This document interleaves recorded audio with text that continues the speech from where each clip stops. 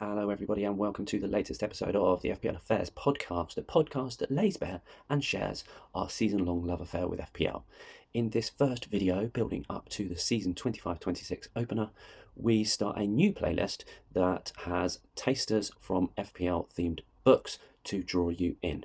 Before we get started, please like and subscribe to our channel to receive notifications, if you click that bell, to all the content as we release it. Anyway, enough of my small talk. Let's get cracking. And there's Mo Salah. There goes Haaland. He's on his way again. He's hungry. He scored. Ice cold precision from Palmer. Kayo Saka. That is a diamond of a goal.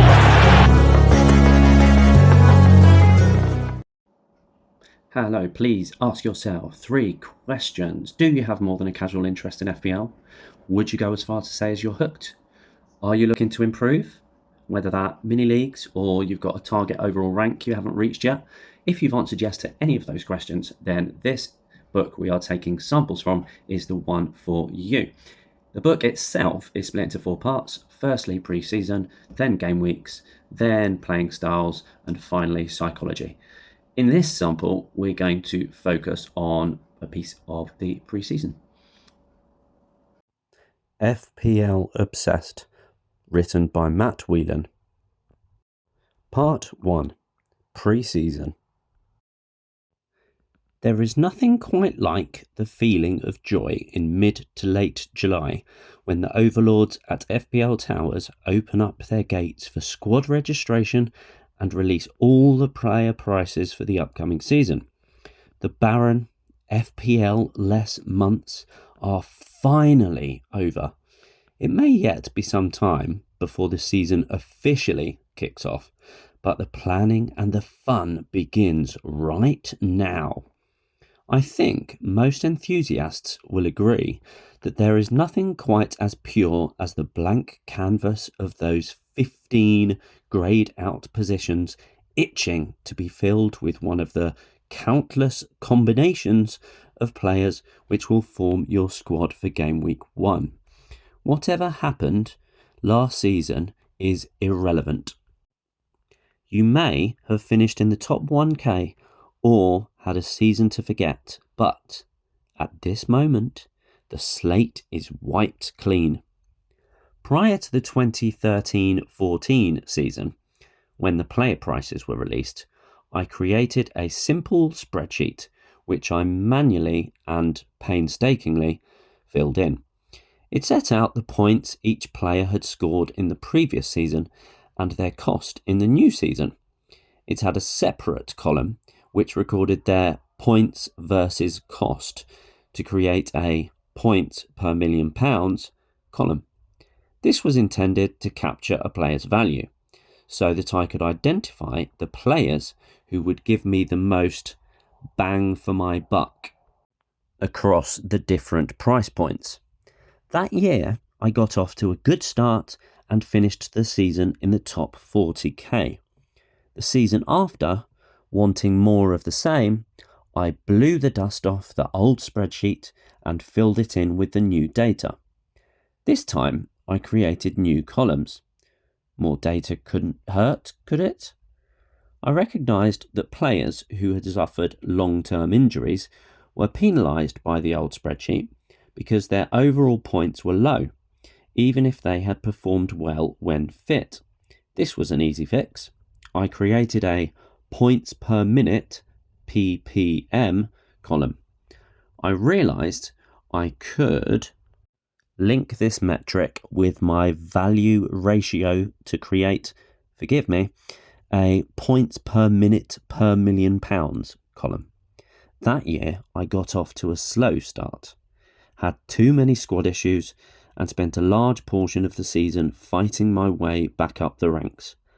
I eventually finished in the top 320k, a significant step back from the previous season and nowhere near the heights of the 2010-11 season. I had fallen into the trap of focusing too much on one thing, In this case, numbers. I became too engrossed with things like value per minute and forgot to use common footballing sense. Some of those players with the highest PPM had such high values because they were not first choice, and the same was true in the follow-on season. Some of them were injury prone and inevitably they got injured again the following season. I was distracted by statistics and neglected other important aspects of my initial squad, such as reliability, stability, and consistency.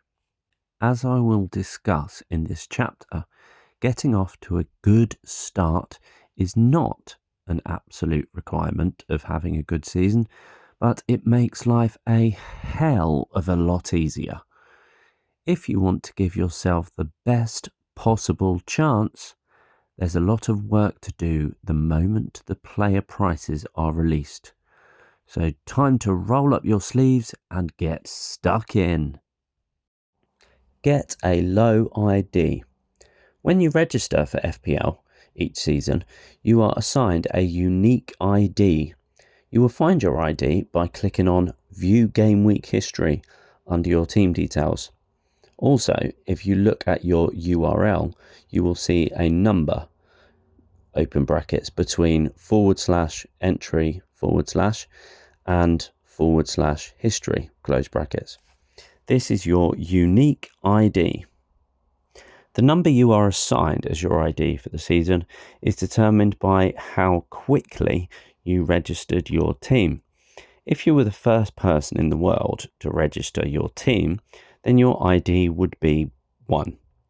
If you were the 599th, your ID would be 599, and so on. With FPL league scoring, in the event of a tiebreaker, the team with the lowest number of transfers wins.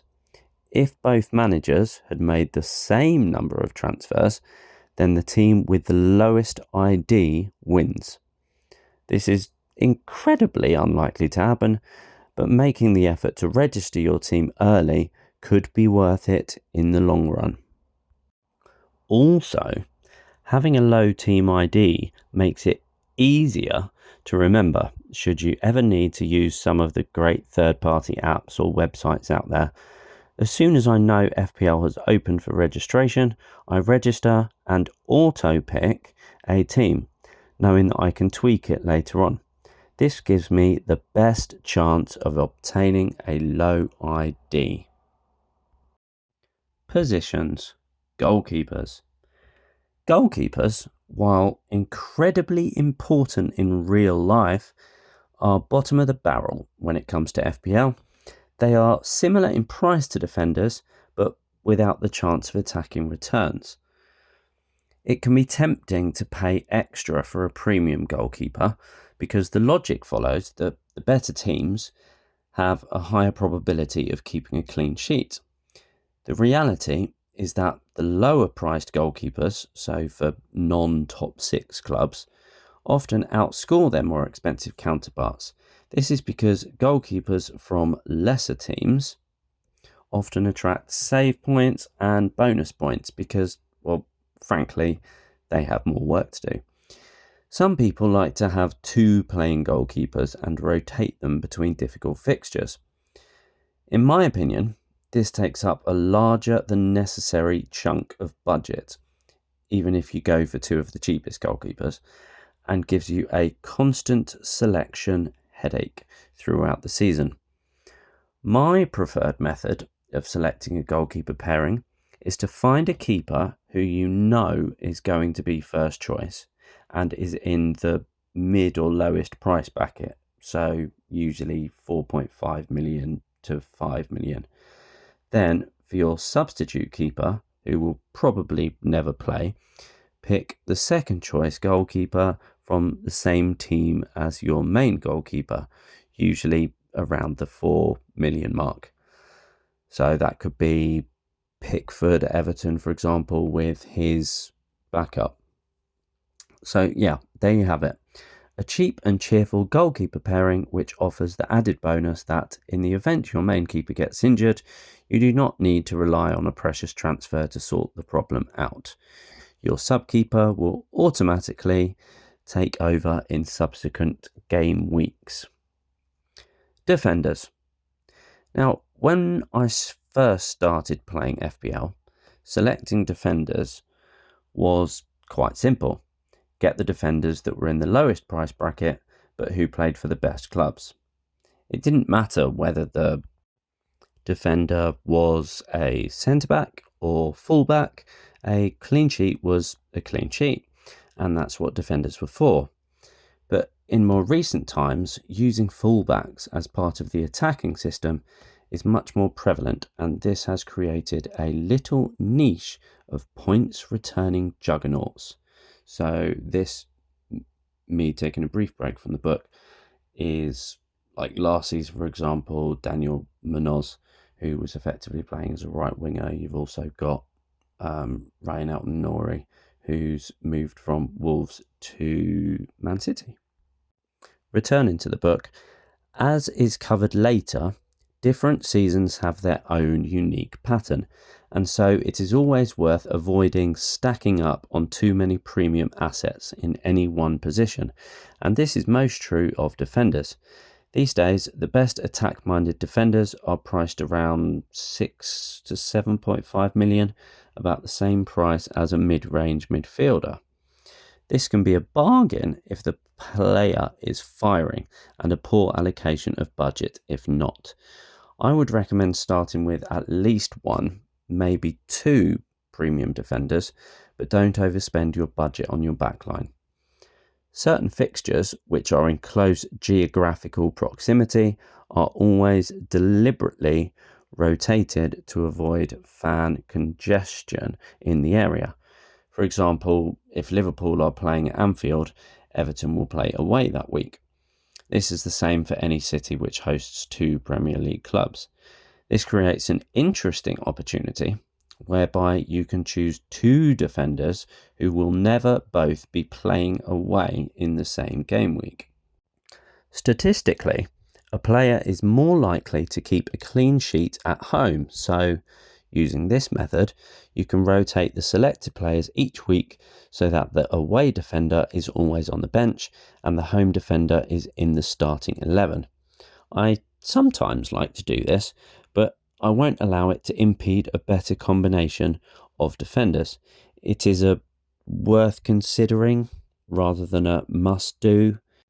Remember, a defender playing an easy team away may get a clean sheet over a defender playing tough opposition at home. Midfielders. Midfield, in my eyes, is the most important position in FPL. Midfielders have two advantages over forwards, namely they get a point for a clean sheet, which forwards do not, and they get 5 points per goal, as opposed to 4.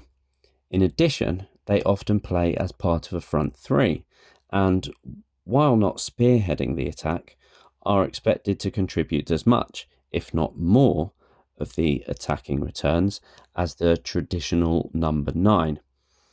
Mo Salah, for example, is one of the greatest ever FPL assets. He is arguably a forward, often playing in the number 9 role, but is classified as a midfielder by FPL. He is greedy, ruthless, and gifted. He is everything you want in an FPL asset. As a midfielder, he gets 5 points for a goal, so we want to see him having a crack, not playing an unselfish pass across the box. 5 points is better than 3, so please, Mo, keep being greedy. Insert, let's have another season like last. Returning to the book, in this sense, midfielders have the best of both worlds. How you stack up with midfielders really depends on the formation you want to play. A 3-4-3 is usually my default formation, and hence I tend to opt for 2 premium midfielders, an upper mid-priced one, a lower mid-priced one, and a budget midfielder for the bench. I normally go for midfielders who play further forward, can play number 9 when needed, or are playmakers who occupy advanced positions and generate lots of assists. In the vast majority of cases, I would avoid having a holding or defensive midfielder in any price bracket. Defensive midfielders, in essence, are defenders who only get 1 point for a clean sheet. Their natural position on the pitch usually makes attacking returns scarce.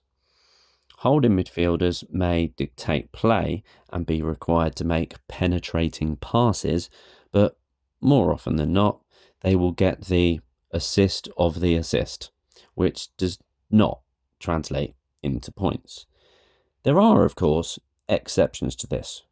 In the 2020-21 season, Thomas Souček scored an incredible number of goals from this position, mainly thanks to his aerial threat.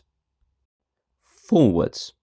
Your forward line is of paramount importance, and it is crucial to get the right players from an FPL perspective in this position. Take Roberto Firmino, for example. Firmino was a fantastic footballer and a vital part of Klopp's title-winning Liverpool side. He was, however, to put it bluntly, a lousy FPL asset. His strength on the pitch was his team-orientated, selfless, hard-working mentality. He made sacrificial runs constantly throughout every game. These runs dragged defenders towards him, even though he had no intention of being passed to. This style of play created gaps the other players could exploit. He deliberately took himself out of the game so that others had more space to score. This was an admirable and much needed aspect of his game, but it was awful when viewed solely through the lens of points returns. Of course, not all forwards are as selfless as Roberto Firmino. Some are downright goal-scoring assassins. Jamie Vardy, Harry Kane, Sergio Aguero, and most recently Erling Haaland. These were all explosive names in the game, but they were expensive too. Picking the right forwards is important, but not simple.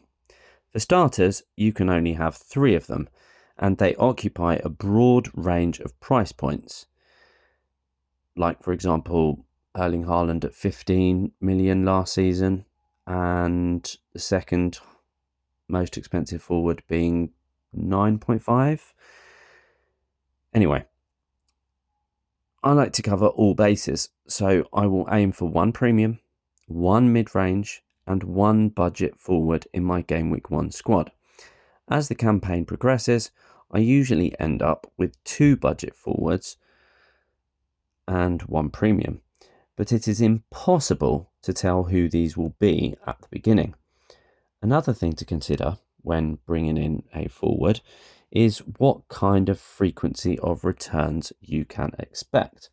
I call this the consistent versus explosive decision.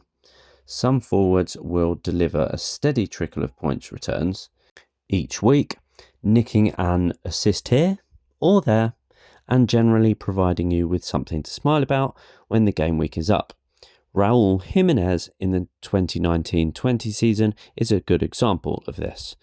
Also, in more recent times, you're looking at Bryant and Burmo. Alternatively, you could go for an explosive forward. So we are talking double-digit hauls, hat-tricks, and FPL glory. Sergio Aguero always springs to mind when I think about explosive returns. Also, most recently, still at Man City, Erling Haaland. The trouble with explosive forwards is quite often you will have to suffer periods of blanks before you get to the big, juicy returns. Over the course of a season, a consistent returner of points and an explosive returner of points may offer you a similar total. The difference is how you come by the points. There is no greater feeling than a double-digit haul, especially if you captain the player, but the blanks are just painful, especially when they're the most expensive premium asset in your squad. Anyway, the danger with explosive options is that you end up rotating between a number of explosive forwards and continually get nothing. Conversely, if you get the rotation right, it can make a positive difference to your rank. I always got on very well with Sergio Aguero, and I was saddened when he announced that he would be leaving Manchester City at the end of the 2020-21 season, and subsequently had to retire from football for medical reasons. I generally managed to get him in at the right moments, and not suffer too badly when I transferred him out. But I always had a difficult relationship with Harry Kane. During a season, it often became clear that I needed to bring in Kane, and I always grimaced when this happened because I could almost guarantee I would miss the boat with him. The sweet spot is obviously to try and find a consistently explosive forward, but for some reason, this seems to be something of a rarity. If you are going to go explosive over consistent, then make sure you have the patience to put up with the blanks. Formations and bench. I've already covered my feelings on the goalkeeper position.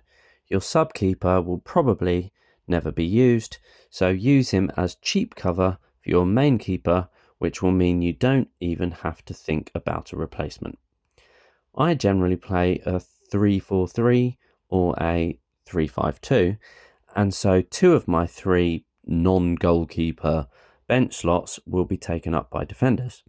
I will always try to go for two of the cheapest defenders who I know will play. My intention is that these defenders, for the most part, will stay on the bench, to be called upon only as needed. Sometimes, if one of my main three defenders has a particularly difficult fixture, I will rotate him for one on my bench with a stronger fixture. When I play 3-4-3, my benched midfielder will generally be a cheap enabler. Again, one who will play the full 90 minutes. Quite often, value can be found in a holding midfielder or defender with a particular trait, such as aerial threat from set pieces. If the planets align, then you may find that your budget enabler comes off the bench on the same game week he scores a header. Even when I am playing 3-5-2, my budget forward will always be one I feel I can rely on. I often see managers who find the cheapest possible player to fill this position. That's often a £4.5 million enabler who isn't first choice. For me, this is a complete waste of a valuable position. Main takes, I think, from that section, that of reading that we've done in this episode are low ID, so get signed up and registered as soon as you can after the game is released for multiple reasons. With your team selection, even before the players' prices are announced and you're able to start your team, prepare it by thinking about one or two premiums. Third and fourth defenders can be from clubs that are a rotating pair. So, for example, when one's at home, the other's away, and then you can rotate those defenders if you're playing a back three. Goalkeepers, I think I said, get a mid-range one, I think, and his own personal backup. Midfield is the key area of the pitch, really. Try to get an upper priced midfielder, a couple of upper middle, a mid-range, and possibly one budget but regular starter. All of them, or as many as possible of them, being attacking midfielders, because defensive midfielders are, no matter how influential they can be for their team, are absolutely pointless in FPL, literally. Because unlike some other fantasy games, there's no points in FPL for ball recoveries or tackles or so on. That's where those players come to the forefront for their teams. So try to avoid those ones regardless. And up front, really think about and weigh up those that are explosive versus those that are consistent. Try to get a mixture, and finally get that, as I said about the midfield, with your attackers, get one premium, one mid-range, but perhaps one budget, but one that you know is going to start each game. Certainly just to get the season underway until it sort of materialises who's starting and who's playing where. Anyway, in the next read, we're going to concentrate on the general principles of FPL. The link, if you liked the initial sample to this book, the link to purchase it on Amazon is in the description below, but it's also accessible from other places. And if you liked the video, the read, don't forget to like the video and subscribe to the channel for all the notifications to when we release other reads and other episodes. But all that's left to say is, look out for the next read soon. Take care. Bye bye.